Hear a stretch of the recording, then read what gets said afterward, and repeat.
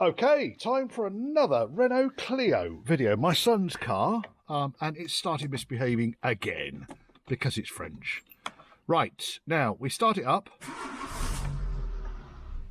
and it will conk out more or less straight away. And this symbol here is lit, the coil with the kind of ECU symbol above it. Sometimes it will run. More often than not, it won't run. When it doesn't run, it will then go into limp mode.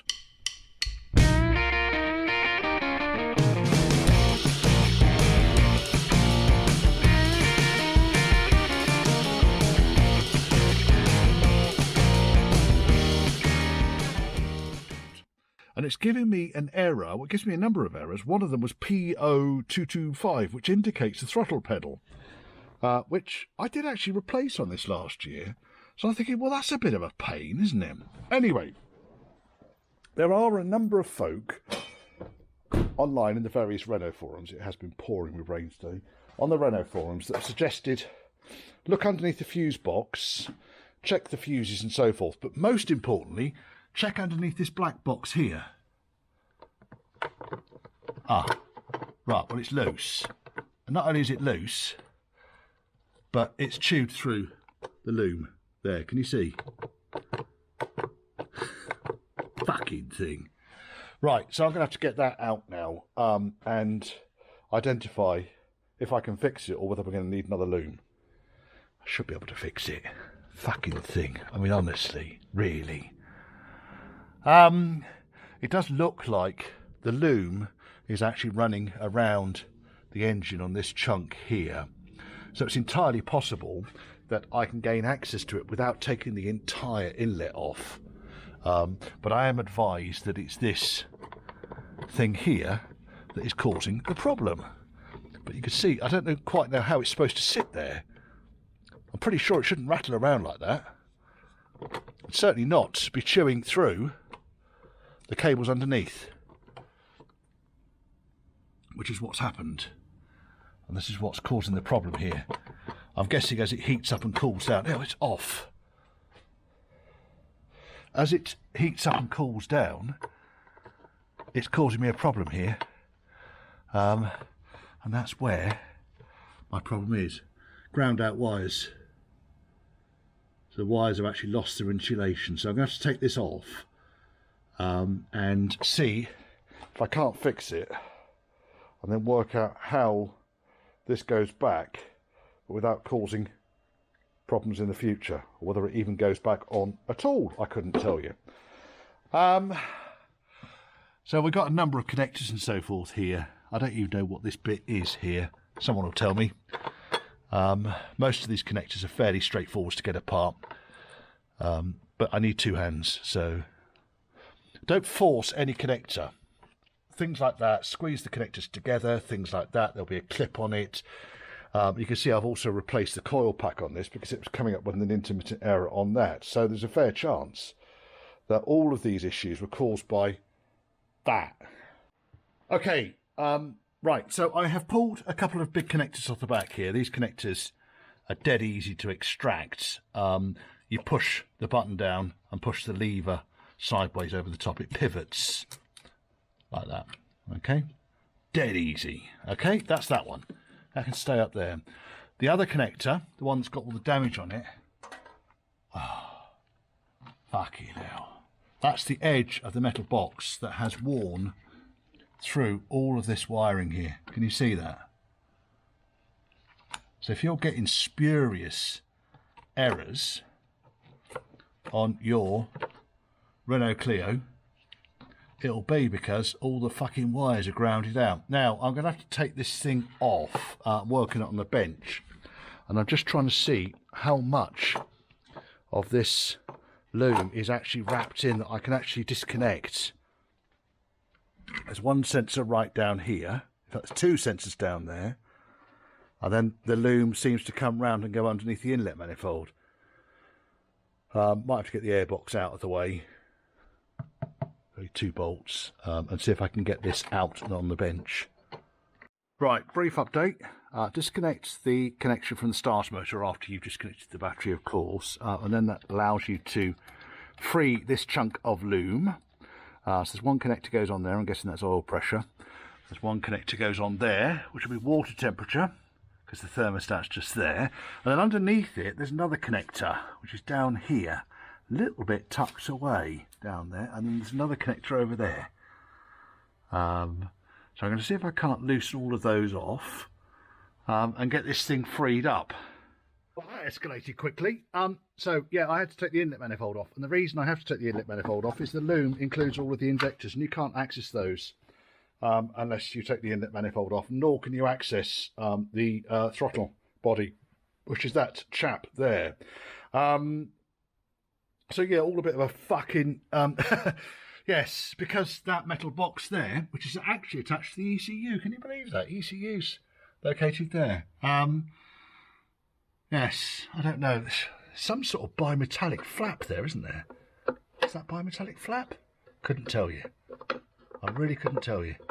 Something weird on the back there. I suspect that box is going to come off, though, in its entirety, because that's just stupid. Now, one problem I've got is the two wires that run down here are causing me some bother, purely because I can't see the ends of the... Oh, I can see one of them. That might just be screwed on down there.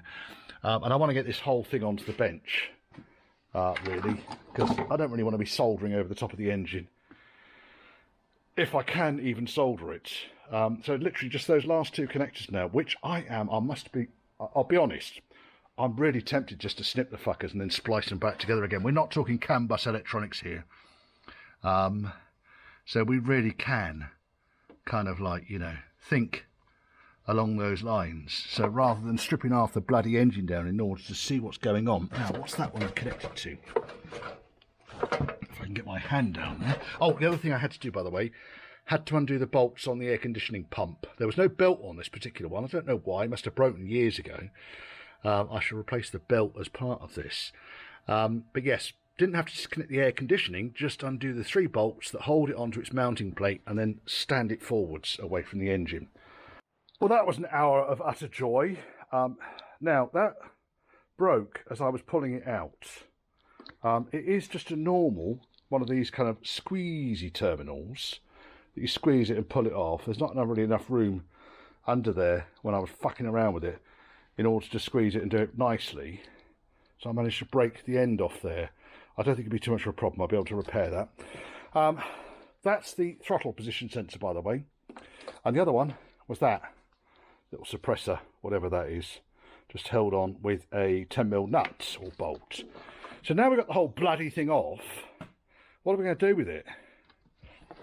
Oh, the other reason I think for taking this off was to see if the breather was bunged up. I don't think it is. The throttle position sensor might need a clean, we'll see. Oh, that's broken as well. Fuck's sake. Oh dear, oh dear, oh dear.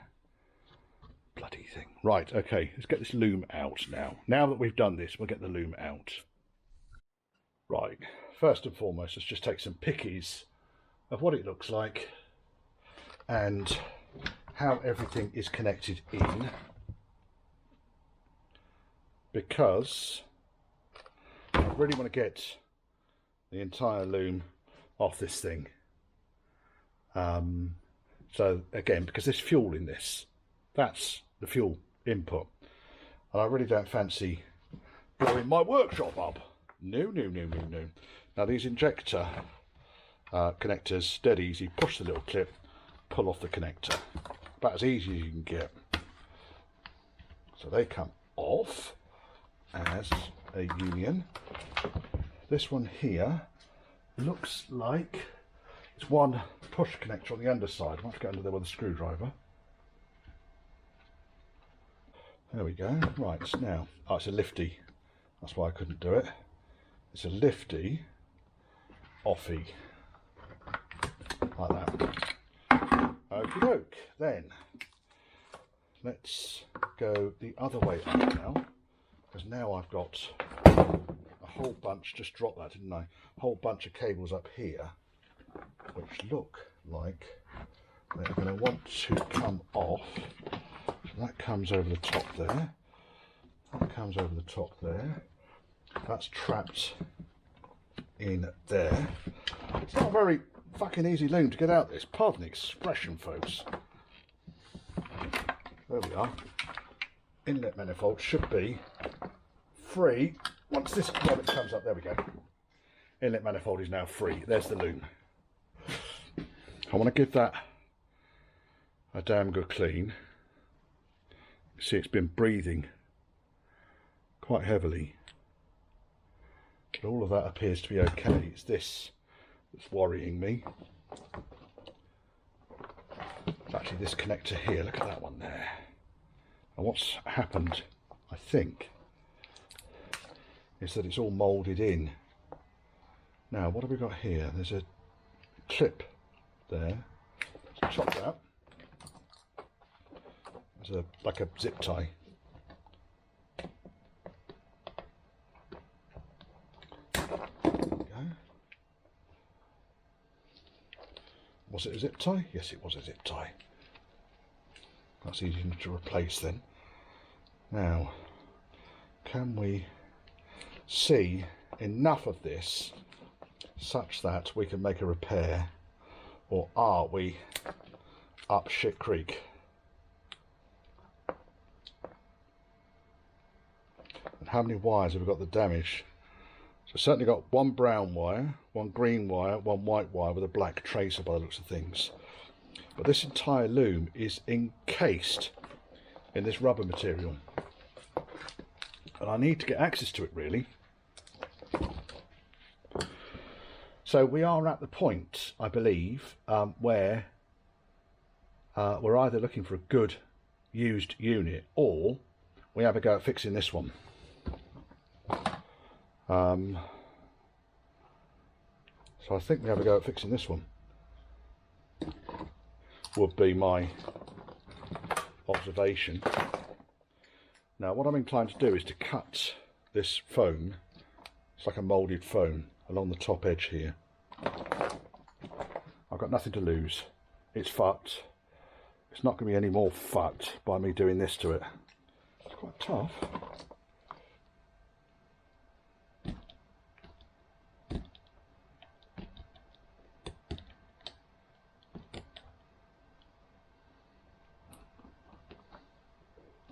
It's almost just got a reinforcing in there,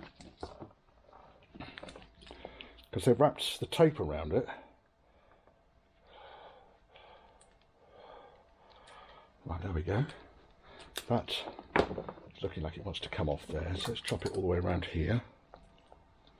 What I might do is I might treat myself to a new blade in a minute, because this one honestly could not be blunter if it tried.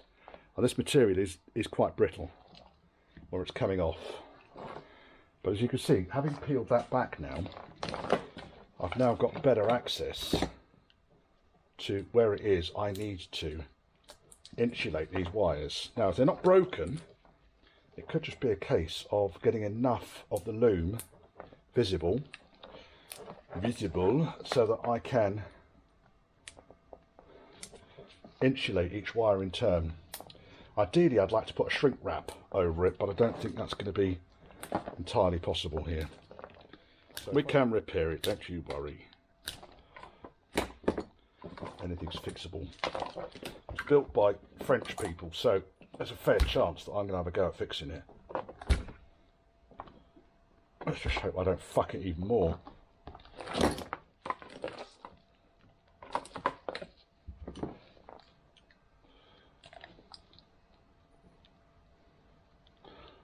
So when you're cutting this insulation, just be careful.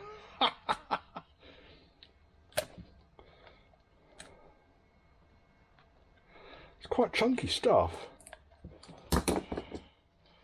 Oh, there we go. Right. Now I can repair that. So I've got two areas of repair to do here. Now, interestingly, there's a wire there which is nowhere near where I was cutting, which has also got a nip, and I'm wondering perhaps if the wire, because it was shorting, might have overheated in here.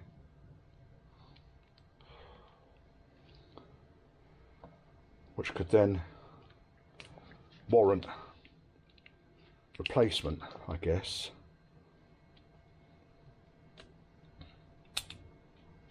That's all clean. That's all fucked. Let's take these out. Snap that. Because what I'll end up doing is I can use these wires where I've snapped as an exercise too. That was snapped.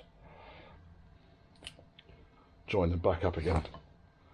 So splice with a heat shrink over the top. 3. And if it is utterly fucked, then it's one of those situations where I've lost nothing, because it was fucked before. It's just a little bit more fucked now than it was before. But it's still not going to work, is it? So it's almost like they've bound it and then they put it in a mould and then they've poured this foam shite over the top of it. And we are all back together again. No particular nasties on putting this thing back together. Put the loom into the inlet manifold, put the throttle body back on the other side of it. Connect everything up. The only kind of gotcha I've got is on the 2 connectors on the back here, you have to put that one in first, otherwise that one, put that one in first, that one won't go in. I don't know. Weird. Anyway, as you can see, I bound the loom back up on there. Everything is reconnected. So let's see. Does it work? Turn my torch off, otherwise I'll forget it. Right, keys. We need the keys. Here's the keys. Probably just quickly reset the security system,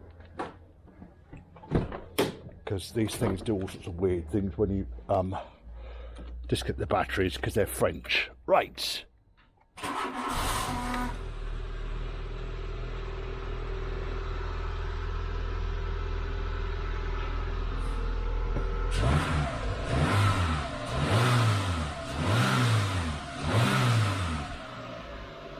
That seems to work.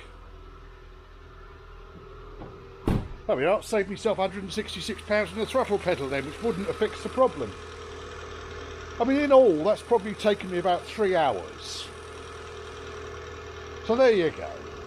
If you fancy a quick fix on your Renault Clio, get rid of the stupid... I've not put the lid back on the box. Forget that. It's actually quite a heavy old box there.